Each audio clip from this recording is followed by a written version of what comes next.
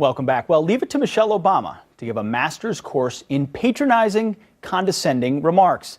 Last night, the former First Lady, spoke at a conference in Boston where she compared the Trump presidency to her husband's. Listen. The 8 years that Barack was president, it was sort of like having the good parent at home, the one that told you to eat your carrots and go to bed on time. And now perhaps we have the other parent. Maybe it feels fun to some for now because we can eat candy all day and stay up late and not follow the rules.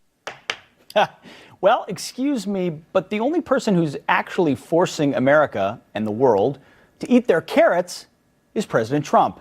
And he's doing that while cleaning up the absolute mess left behind at home and abroad by the Obama administration.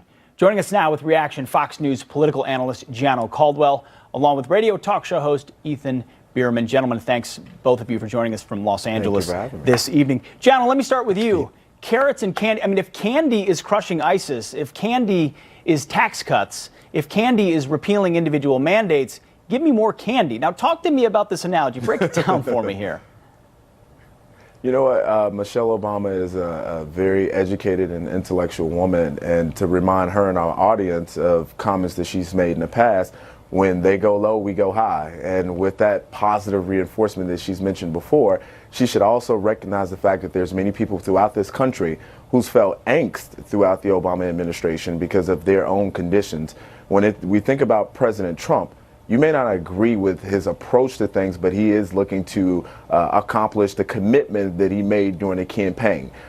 Certainly, there's some things that have happened. Deregulation has happened, which has caused the economy to grow. We're going to probably see, 3-4% growth this year. There's a lot of benefits to what President Trump is doing. Now, again, you may not agree with his approach. You may not like what he say, but there are some things that are going on. And I think that's something that we have to keep in consideration. And lastly, Michelle Obama, President Obama, they work very hard for Hillary Clinton. So we also have to keep in mind that there may be some hurt feelings there. Maybe just a little bit. Ethan, I will acknowledge we all parent differently. Some are the quiet disciplinarians, others are the yellers, some let the kids free-range parent. There's a lot of different approaches here. But this particular analogy, to assume that it was the Obamas that were the responsible ones providing the carrots and the Trumps that are out of control, reckless, and letting everybody stay up at night. I mean, tell that to North Korea that's now at the table, or tell that to Iran whose fear of their deal being scrapped. I mean, they're just taking a different approach. Can't that be acknowledged? We can also go back and acknowledge that kicking off the campaign included calling Mexicans rapists, among other things, and starting a Muslim ban. But let's go to the White House, where we've had massive turnover. We have people who last 10, 11 days in the White House. We have Scott Pruitt embroiled in yet another massive scandal related to travel and security, along with Tom Price and so many others. That would be the bad parent side of things here. That would be the bad parent side of things. But this president was sent to Washington to shake it up, to take a different approach, and maybe even to do what he said he was going to do. When parents parent, you want your word to mean something. Previous presidents have said time and time again, for example, we're going to move the embassy in Israel from Tel Aviv to Jerusalem. And then they would get there and say, that just seems too difficult. President Trump said, no, I promised I would do it, and I'm going to do it, just like I said I would crush ISIS, and I'm going to do it, just like I don't think you should be on your parents' health insurance forever. That strikes me as something a responsible parent wouldn't necessarily do. So you can't even give him an inch and acknowledge that maybe he's brought some adult perspective to a world that was unhinged after an Obama presidency? Very little. And what I also have to add to that, if you're going to talk about parents and kids being on health care, we're talking about cutting $1 trillion from Medicaid and Medicare now and abandoning people so they have difficulty getting health care. That's problematic. That's not a good parent. That's a bad parent does that doesn't ensure that everybody has full access to health care, and repealing key components of Obamacare without having a replacement in place. No, that's not a good parent. That's a bad parent. Well, now that's a straw man because, go ahead, Joe. Well, you brought up health care, I didn't.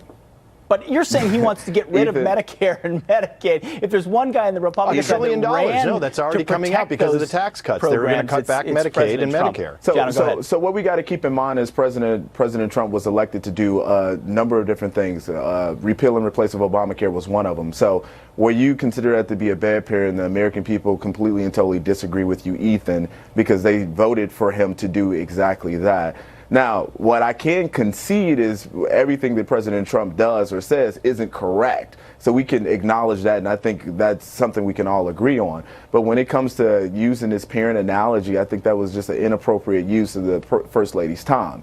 Now, you can debate on policy, you can debate on his words, his tweets. I think that's all appropriate and fair game. But when we're talking about the President of the United States, I think that we should live by the George Bush standard, which was he didn't criticize his predecessor. So he didn't criticize President Obama. Let's allow for the politics to be as they are and allow us pundits to get on television and debate these issues and keep the energy high and positive. Ethan, I think that's an important point. I mean, when you're imputing the motives of the current administration as the former administration, fine, you may have policy differences, but by saying good parent, bad parent, they're asserting, just like you did at the beginning of your answer, that his previous campaign statements make him a bad person with ill motives. Can we not just disagree and acknowledge that President Trump has pursued a policy platform he thinks is better for America? Well, I think that that's part of it, Pete, but you can't refute the idea that by bringing out these bad parts in people, focusing on the other, Mexicans, rapists, Muslim ban, 57% increase in anti-Jewish crimes in the United States last year. I've been the subject of many of those attacks. That's brand new that he brought out in people. Yeah. So the guy who you're accusing President Trump of stoking anti-Semitism. It happened under his watch when he's making accusations, pointing out all the differences in these different minority groups and saying negative things about them, and then saying that there were good people on both sides in the Charlottesville protest. Has he said negative things about Jews? Has he said negative things about Israel? I'm missing something here. Well, you're equating Israel and Judaism. No, that is Jews. a false I said comparison. Jews.